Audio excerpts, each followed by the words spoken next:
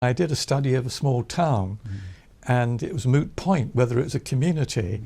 It was only a community in certain circumstances.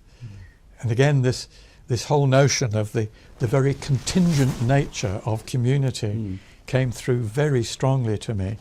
And I think the example I gave was how the society was stratified in a number of different ways, but one of the big fissures was between fisherfolk and the rest. And the fisherfolk were rather looked down on by kind of respectable people in Peterhead. They were seen as being rather gauche and, you know, not our kind of people at all. And then one Sunday they did the televised Sunday service from, I think it was the parish church in Peterhead, which was the church of the elite. And what did they do for this televised service? They decorated the church with nets and fishing floats and all sorts of symbols of fishing. And they asserted that this was a fishing community bound together, you know, by the hazards and so on of fishing and the sea.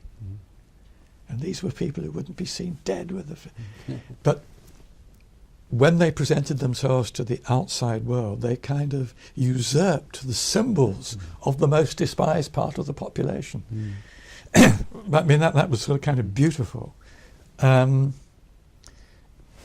then there were conflicts over the oil industry, because the oil industry brought in lots of American companies.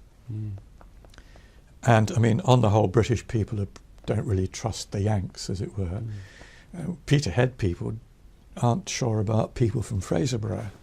So when Americans come into town with money and accents like you see on the television, they're very suspicious.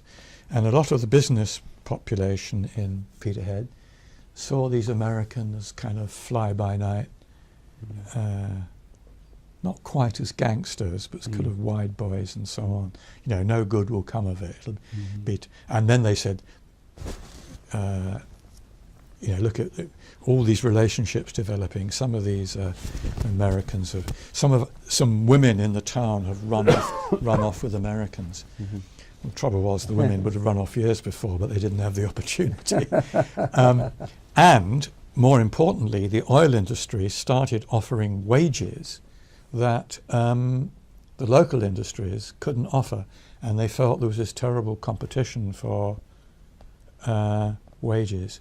And I encountered one employer in Peterhead who, until the early 1960s, was paying his workers less than £10 a week.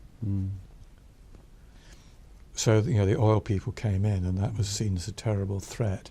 So that was another fissure in the society.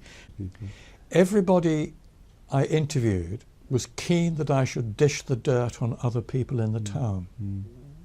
I think, I don't know if I said it in the book, but I've said many times in public, that Peterhead was a community held together by a network of mutual hatred. You know, the Koza-Gluckman crisscross, you know, where I may not like you, but we both hate somebody else, so that unites us. That was Peterhead.